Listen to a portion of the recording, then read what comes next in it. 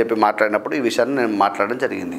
అయితే దానిలో భాగంగా ఎవరైనా ప్రజలకు ఇవ్వాల్సింది ఏంటంటే ఎక్కువ 100 రూపాయలు సంపాదిస్తే 70 రూపాయల వరకు ఈ విద్యకు వైద్యానికి ఖర్చు అవుతూ ఉంది ప్రతి పేదవాడికి కూడా. నేనేమంటున్నా అంటే ఆ ఉచితాలు ఆపేయండి.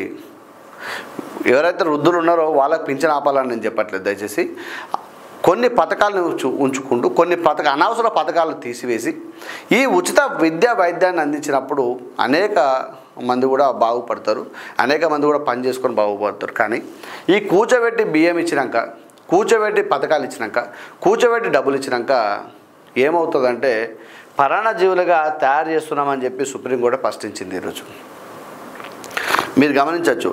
అవతల వ్యక్తి ఇప్పుడు ఎన్నికలు రాగానే ఈ వ్యక్తి ఏం చేస్తారంటే ఎగ్జాంపుల్గా ఒక పింఛన్ ఒక 4000 ఇచ్చిన అనుకోని, ఈయన ఏం చేస్తారంటే 4000 ఇద్దాం, మనం 10,000 ఇద్దాం, పోయేదేముంది ప్రజల సొమ్ము మళ్ళీ ప్రజలకు ఇవ్వడం కదా అని చెప్పి రేట్లు పెంచుదామని చెప్పి